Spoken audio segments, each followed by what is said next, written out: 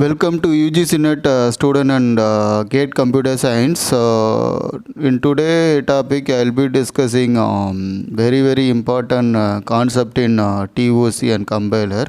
That is automated language closure and non-closure properties. Okay. So we already know there are some types of language present in automata. For example, regular language, context-free language, context-sensitive language, recursive language, and recursive enumerable language. Okay. So here what happen is if you are taking what is the properties. Okay. For example, I have two language. One is language 1, which is from regular language. Language 2, which is also regular language. If you are applying properties called union, what will be resultant language? So we want to decide whether the resultant language is again regular language itself or not. Okay.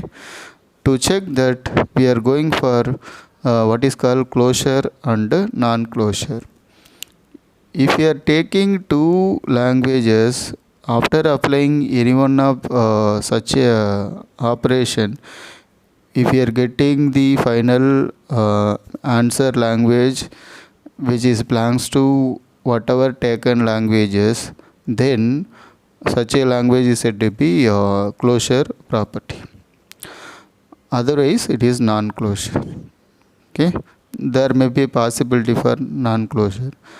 Now, if you are coming for regular language, whatever operation present, union, concatenation, clean star, intersection, complement, homomorphism, inverse homomorphism, quotient, reversal of language, all are coming under closure.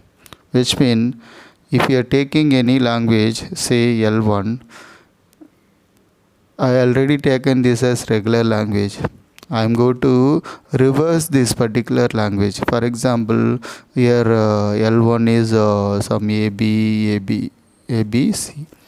Now I am going to take reverse of this L1 as CBABA.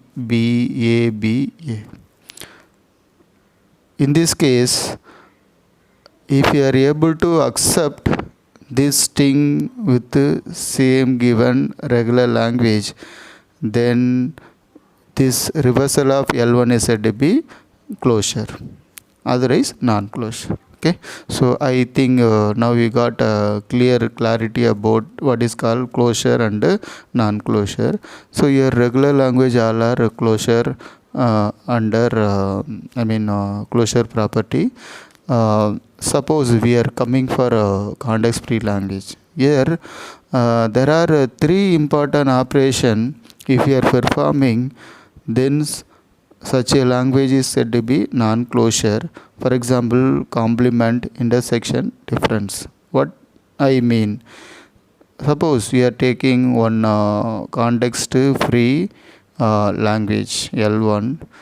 I am applying complement for this one. This resultant never become context-free language. That is the non-closure. Like that intersection. If you are taking two context-free language CFL1, CFL2, if you are performing intersection, the resultant language never context-free language. And like that, if you are taking difference between two context-free language, then resultant also not context-free language. Okay, so that is we want to very clearly think about complement, intersection, difference. Okay, rest of the property can give resultant languages context-free language. Okay, now if you are coming for context sensitive language, and there is no property which give other than context sensitive. Okay, so all properties are context sensitive language.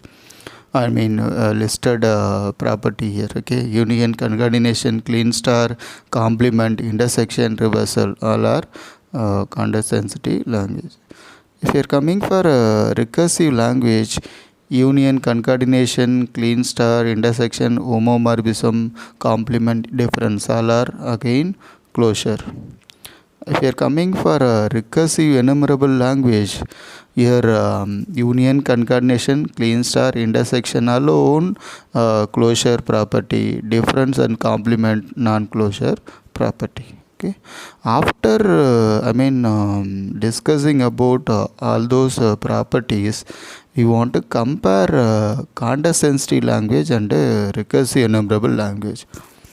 Here complement, intersection, difference, non-closure. Here only difference and complement, non-closure. Okay. Suppose I am going to take any language which accept intersection, then what is such a language which accept only intersection but not difference and complement? Then such a language is said to be recursive enumerable language.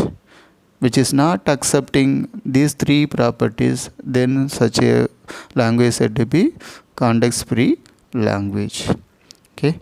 And one more notable point here is, suppose if you are taking one language as context free language, another language as regular language, then what is the resultant language? So as per property of intersection, if you are taking two languages as context free language, then it is not closure.